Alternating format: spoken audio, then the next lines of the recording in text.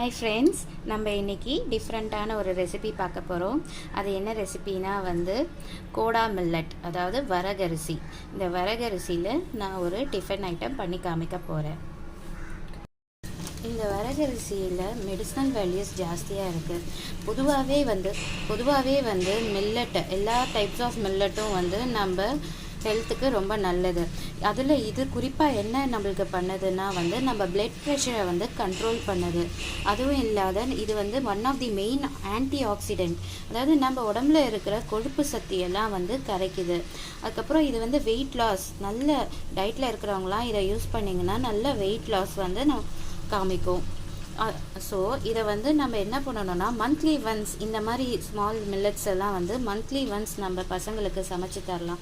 அப்போ தான் நம்ம ஜென்ரேஷனும் இல்லாத நம்ம ஃப்யூச்சரில் வர ஜென்ரேஷனும் இதை யூஸ் பண்ணுவாங்க. இந்த வரகரிசி அவ்வளோ காஸ்ட்லிலாம் ஒன்றும் இல்லை. ஆக்சுவலாக இது ½ kg packet. ½ kg packet 55 rupees. So இது நம்ம தாராளமாக மந்த்லி ஒன்ஸ் வாங்கி சமைக்கலாம். ஸோ இதோட மெடிசனல் வேல்யூஸ் இங்கேயே போட்டிருக்கு பாருங்கள்.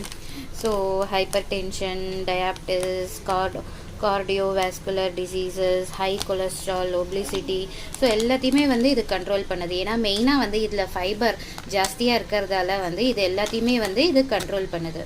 இந்த வரகரிசி நான் இந்த மாதிரி இதில் 2 கப் எடுத்திருக்கேன். அதுக்கப்புறம் இதை நம்ம இப்போ சோக் பண்ண போகிறோம். இது மாதிரி 2 டம்ளர் தண்ணியை போட்டு சோக் பண்ணி வச்சுக்கோங்க. 1.5 hours சோக் ஆகணும். 1.5 hours கழித்து தண்ணியே இல்லாத இந்த மாதிரி எடுத்துக்கோங்க. தண்ணியெல்லாம் வடிகட்டி வெறும் வரகரிசியை மட்டும் எடுத்து இந்த மாதிரி ஒரு ஜாரில் போட்டு இப்போ அரைக்க போகிறோம்.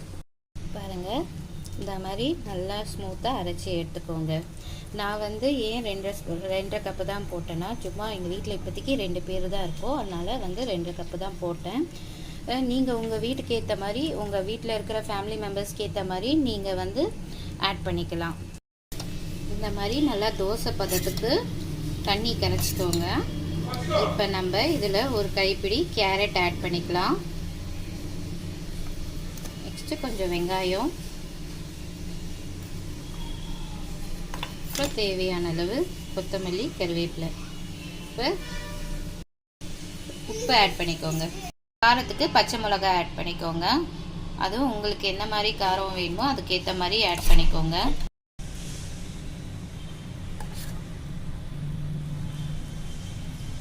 காய் நம்மக்கிட்ட என்ன காய் இருக்கோ அதை ஆட் பண்ணிக்கலாம். உங்களுக்கு என்ன காய் பிடிக்கும், சப்போஸ் கேப்சிகம், பீன்ஸ், அந்த மாதிரி காயும் ஆட் பண்ணிக்கலாம். தேவையான அளவு எண்ணெய் போட்டு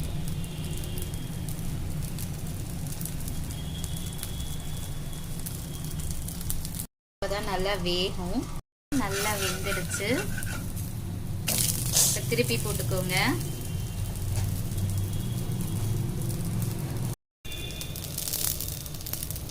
இந்த மாதிரி போட்டுக்கோங்க. கொஞ்சம் கெட்டியாக தான் வரும். நம்மளால் தோசை மாதிரி போட முடியாது, நம்ம அடை மாதிரி தான் போட முடியும். இருந்தாலும் டேஸ்டியாக இருக்கும். நீங்கள் உங்களுக்கு பிடிச்ச காய் எது வேணால் ஆட் பண்ணிக்கலாம். சுவையான வரகரிசி அடை, தொட்டுக்க கார சட்னி. நீங்களும் இதை ட்ரை பண்ணி பாருங்கள், சூப்பராக இருக்கும்.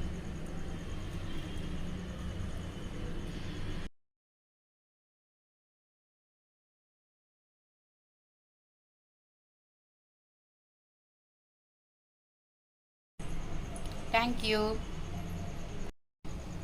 நீங்களும் இதை ட்ரை பண்ணி பார்த்து எங்களுக்கு கமெண்ட் பண்ணுங்கள். எங்கள் சேனல் பிடிச்சிருந்ததுன்னா லைக் பண்ணுங்கள், ஷேர் பண்ணுங்கள், சப்ஸ்கிரைப் பண்ணுங்கள்.